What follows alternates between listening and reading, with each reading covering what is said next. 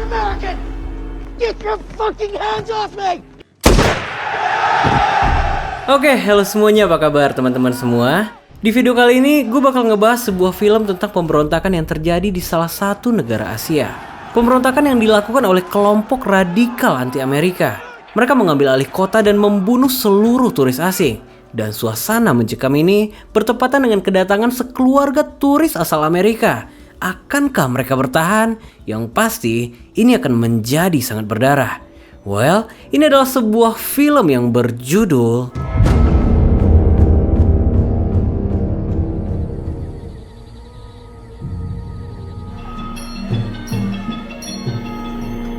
Di awal film, kita diperlihatkan pada sebuah hotel yang tengah melayani tamu VIP kenegaraan. Ini adalah pertemuan antara Perdana Menteri dengan seorang CEO perusahaan Amerika yang bergerak di bidang perairan. Pertemuan ini bertajuk perayaan atas keberhasilan proyek waduk yang tengah mereka kerjakan. Sejauh ini, kita belum diberikan konteks yang jelas. Namun sesaat setelah pertemuan itu, kekacauan segera terjadi. Ya, suara tembakan terdengar dari dalam hotel. Ajudan yang menyadari ini segera menghampiri menteri. Namun,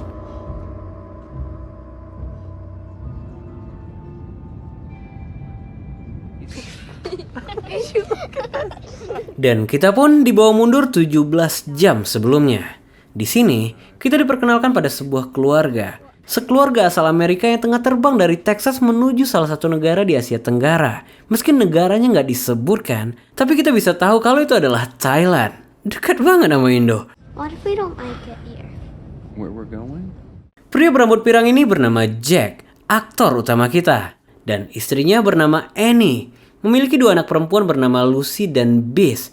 Jack bekerja sebagai salah satu teknisi di perusahaan Cardiff. Yes, ini perusahaan waduk yang kita dengar sebelumnya.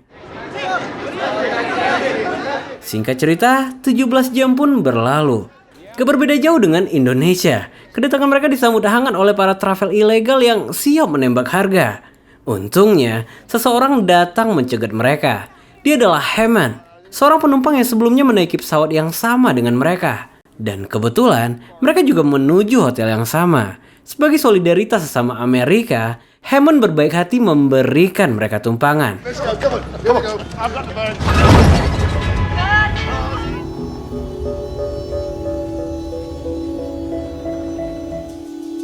Alrighty.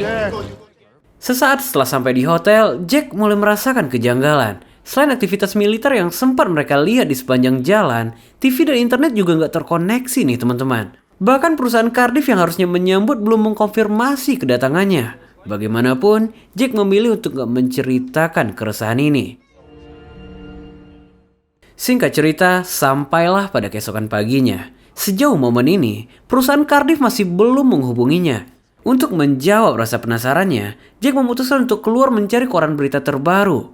Selama di perjalanan, gak satupun senyum ramah yang dia dapatkan. Tatapan sinis mengiringi setiap langkahnya. Sejauh ini, kita belum dikasih tahu apa penyebabnya.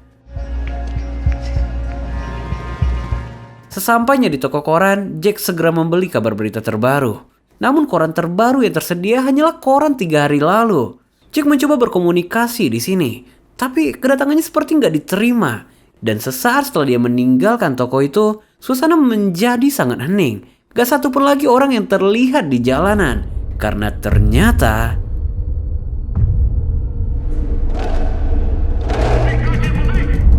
yes, kerusuhan antara polisi dan pemberontak pecah dikala Jack berada di tengah-tengah mereka. Aksi yang terjadi di sini benar-benar anarki. Mereka saling bunuh satu sama lain. Dan yang terburuk, polisi nggak cukup kuat untuk membendung pemberontakan ini. Wilayah ini tentu sangatlah asing bagi Jack. Tapi untungnya gedung hotel yang tinggi berhasil menuntunnya untuk kembali. Namun sesampainya dia di sana, lobi hotel telah dikepung oleh puluhan pemberontak. Dengan mata kepalanya, Jack menyaksikan mereka mengeksekusi seorang turis Amerika. Disinilah Jack menyadari orang asing adalah target utama dalam pemberontakan ini. Menggunakan sebuah tangga, dia berhasil masuk melalui jendela. Tapi sialnya, pemberontak bersenjata juga berhasil memasuki hotel itu.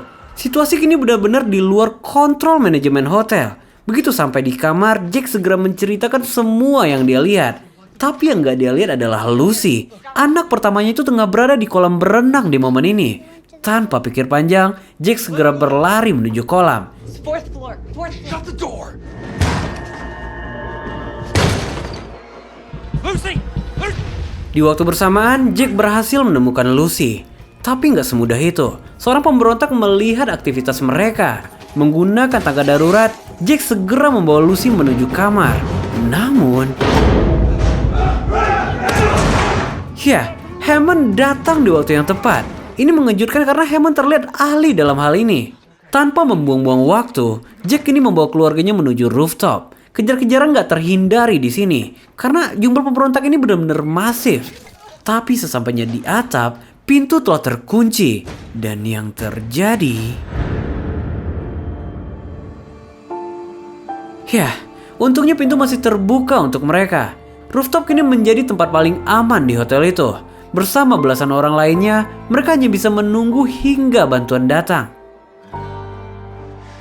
You know what's happening? We have no idea. Di momen ini, semua listrik signal dipadamkan. Gak ada yang bisa mereka lakukan selain melihat pemberontak yang semakin bertambah. Berdasarkan informasi dari seorang turis Prancis, pemberontak itu meminta darah untuk air. Kalimat ini tentu membingungkan untuk semua orang.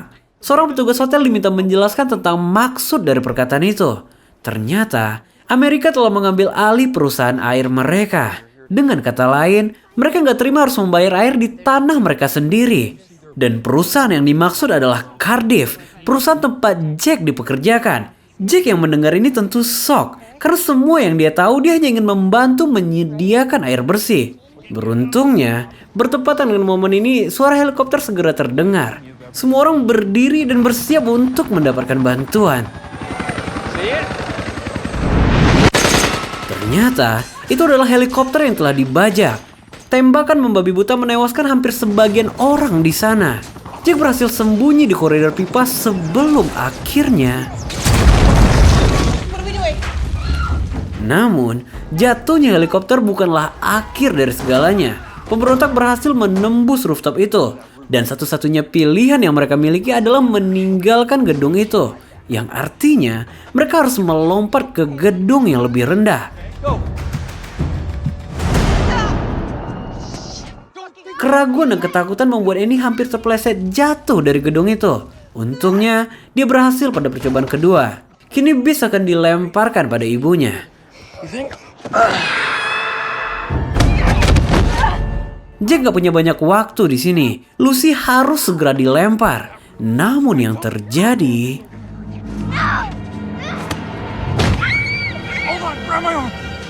sialnya, Lucy memiliki watak yang keras.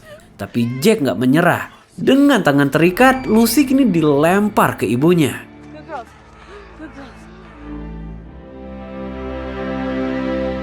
Keputusan berbahaya ini ternyata belum mengakhiri pelarian mereka. Aktivitas ini kembali diketahui oleh pemberontak. Yes, perusahaan Cardiff telah membawanya pada masalah besar.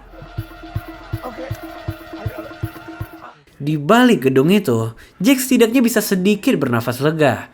Tapi hanya sesaat, karena sebuah tank baja kini diarahkan ke gedung persembunyiannya. Dan yang lebih mengagetkannya...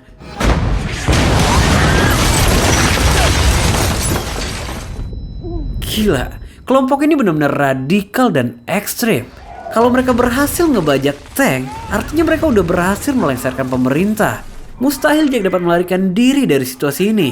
Karena hanya berselang beberapa detik, pemberontak berhasil naik mencari keberadaan mereka. Beruntungnya, pemberontak berhasil terkelabui. Satu-satunya tempat paling aman di situasi ini hanyalah kedutaan Amerika. Dan kesanalah mereka harus pergi.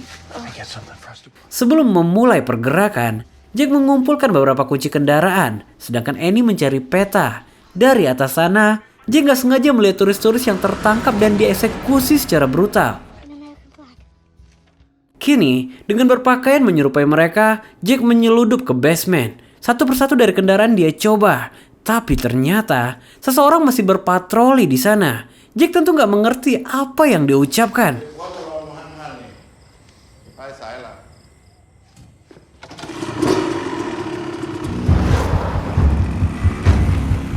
Ya, kamuflasenya berhasil. Suasana begitu intens di sini. Jalanan kosong, hening tanpa aktivitas. Namun di tengah keheningan ini, sekelompok orang tiba-tiba berjalan ke arah mereka. Annie yang panik meminta suaminya untuk segera memutar. Tapi tentu itu akan memancing kecurigaan. Maka dari itu, mereka harus tenang dan tetap berjalan. Ternyata, rombongan ini lebih masif daripada perkiraan. Ini membuat mereka terjatuh di antara keramaian. Dan lebih buruknya, seorang dari pemberontak berniat membantu. Disinilah pria itu mendapati Jack. Tatapan ketakutan membuat pria itu mengampuninya. Dia hanya berjalan seakan-akan gak melihat mereka. Kini, sampailah Jack di depan gedung kedutaan. Lagi-lagi, suasana gedung itu gak cukup meyakinkan bagi Annie. Gak ada suara ataupun tanda-tanda kehidupan di dalam sana.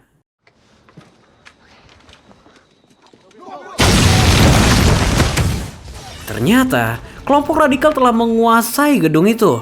Kini dengan cepat, Jack berlari menyelamatkan keluarganya. Gak ada tujuan yang jelas di sini, karena kemanapun mereka pergi, setiap mata akan mengawasi. Disinilah Jack memutuskan untuk sembunyi di sebuah bangunan menyerupai kuil. Penjaga tempat itu mendapati mereka, namun mengetahui mereka membawa anak kecil, penjaga akhirnya mengizinkan mereka masuk.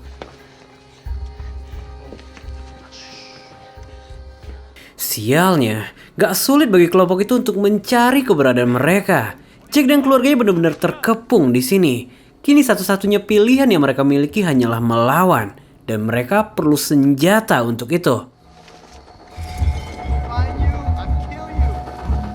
Kelengahan penjaga dimanfaatkan Jack untuk mencuri senapannya. Jack sadar betul, dia harus mendapatkan senjata itu sebelum keluarganya ditemukan. Namun selangkah sebelum eksekusi,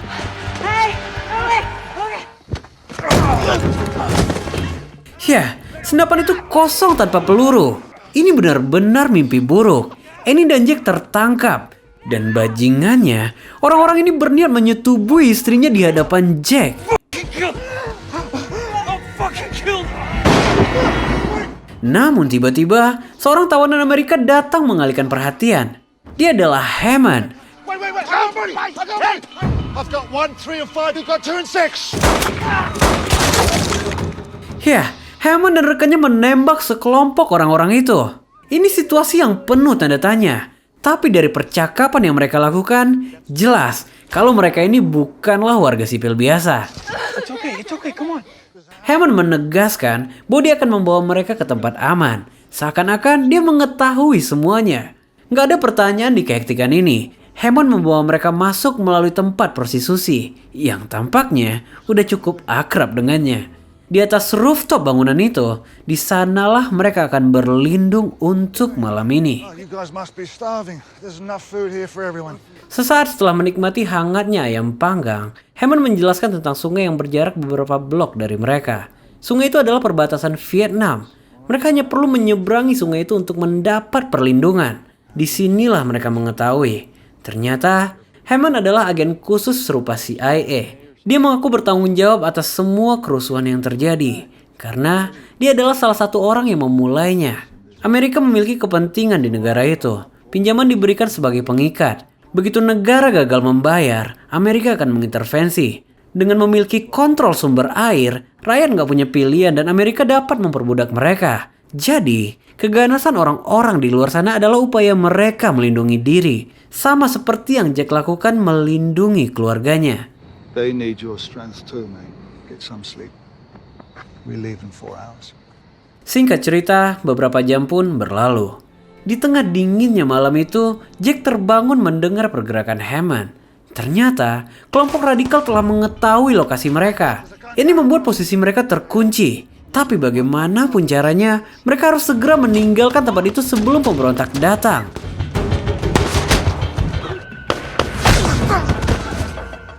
Dengan pengalihan Hammond, Jack keluarga berhasil turun dari rooftop. Namun sialnya, Hammond dan rekannya tertembak kala menyelamatkan mereka. Ini situasi yang membingungkan bagi Jack.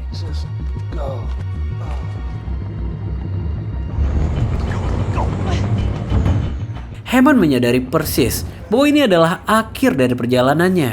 Gak ingin menyia-nyiakan nafas terakhirnya, inilah yang dilakukan Hammond.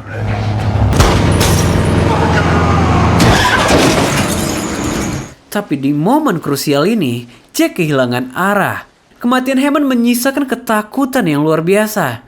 Yah, yang sedikit kita lupa, Jack hanyalah warga sipil biasa. Mentalnya gak cukup kuat untuk menerima semua ini.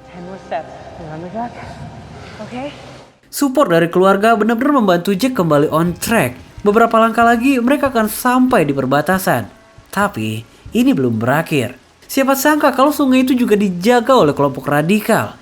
Menyerang kini menjadi solusi bertahan.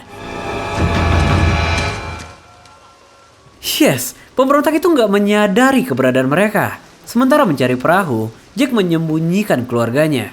Dan lagi-lagi, langkahnya dipergoki oleh nelayan di sana.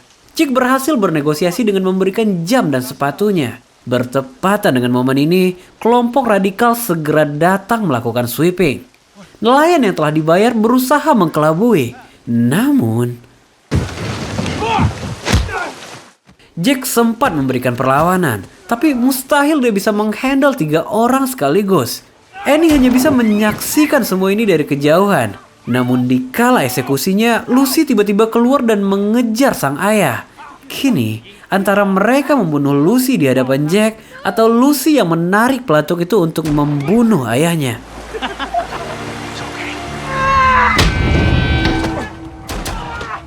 Annie tiba-tiba datang dan berhasil menggagalkan eksekusi itu. Kini situasi berbalik. Gak ingin menyia-nyiakan waktu, mereka segera menaiki perahu dan meninggalkan tempat itu. Annie kini menjadi satu-satunya harapan mereka, mengingat Jack telah kehilangan banyak darah. Dan setelah beberapa menit mendayung, pergerakan mereka segera terdeteksi oleh polisi perbatasan. Aktivitas ini dianggap sebagai aktivitas ilegal.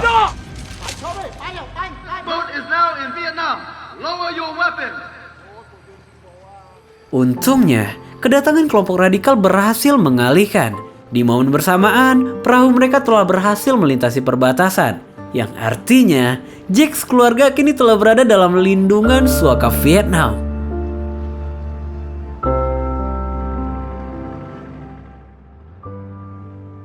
Yah, inilah akhirnya. Pintu gerbang terbuka lebar untuk kebebasan mereka. Berselang beberapa jam, Jack dirawat untuk pemulihan luka tembaknya. Cerita pelarian ini akan menjadi cerita yang gak terlupakan bagi mereka. Tapi yang terpenting, Jack akan segera pulih dan mereka akan kembali memulai semuanya dari awal.